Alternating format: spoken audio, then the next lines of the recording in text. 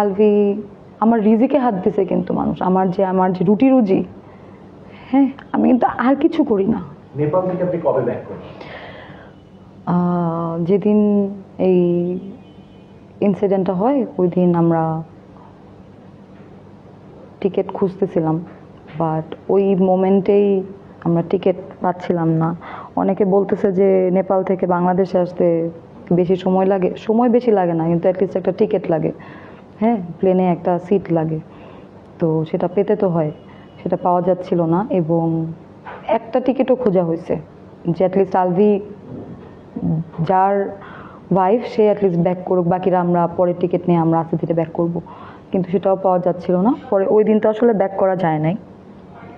পরের দিন মানে ইনসিডেন্টটার পরের দিন আমাদের সবার টিকিটই কাটা হয়। পরের দিন না, মানে পরের দিনের জন্য টিকিট সবারই কাটা হয়, যখন আমরা বুঝে গেলাম যে আজকে তার টিকিট পাওয়া যাচ্ছে না।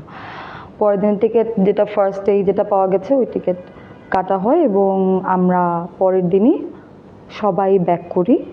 এবং আলভিরও ব্যাক করার কথা ছিল, ও বোর্ডিং নেয়া,